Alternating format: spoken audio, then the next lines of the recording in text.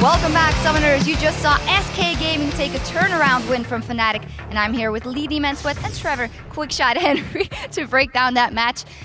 A great game to start off the summer split here, in my opinion. Let's start off by the early game, because Fnatic actually had a really strong showing, and especially Cyanide on that Elise, just doing very good all over the map. Yeah, it really started strong. It's something that Cyanide has done many times in the past.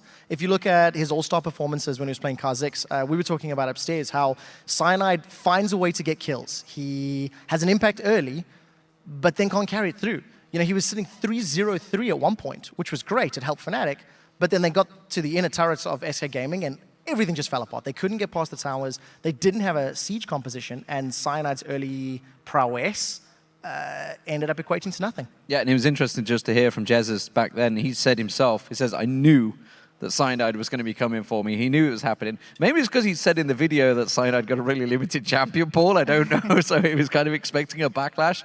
But Svenskeren as well. You know, both of these junglers were very good during the spring split and have continued their prominence here in the summer split. Good start from both junglers. We'll see how it continues. Yeah, because on the other hand, we also see things reoccurring for both teams, that Cyanide couldn't carry through the game. And again, SK Gaming not being able to dominate that early game straight off the bat. And we actually have a replay of how they did pull the game back in their favor. You can pull that replay up on the screen right now. Yeah, so the one thing that I really want to highlight is at 17 minutes, SK Gaming are 4,000 gold behind. They are 5 kills down, but they've done a good enough job. They're still even on towers, 3-3.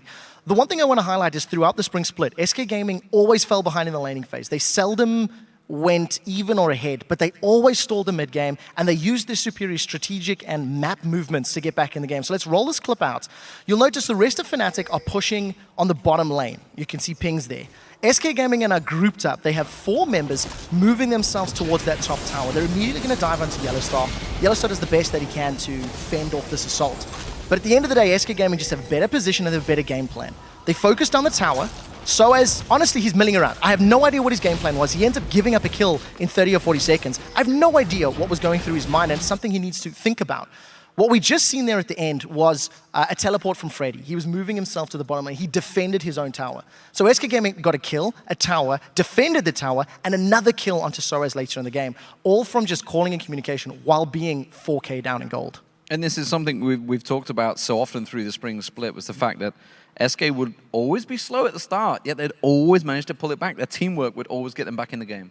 Yeah, it's something that SK as a team, they don't necessarily have the strongest individual players, but they're making it very clear in this very first game and all throughout the previous split, their analytical approach to the game is something that's working very well. I know Lee, you're bringing up quite often during All-Stars that SK have this analyst, they have a coach, they have a sports psychologist. Yeah. And it helped Jesus with his game. It's definitely helping the team with theirs. Yeah, I mean, we heard Fnatic, of course, talking about it in the pre-show, talking about how it has affected them. It's something we mentioned, obviously, with Fnatic when we were at All-Star. It's what a lot of the Korean teams do. The Chinese teams have it. We're seeing, of course, the North American teams. We've got Monte Cristo, of course, so with CLG now merging everything in there. Maybe it's time that the European teams look at SK Gaming, who were a brand new team at the start of the spring split and went on to top the league.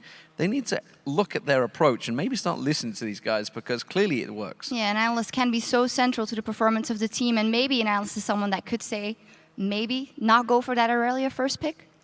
Strong words, but truthfully. Soaz and Aurelia didn't do well at All-Star, 0-6-3. Something like that, yeah. Around about there.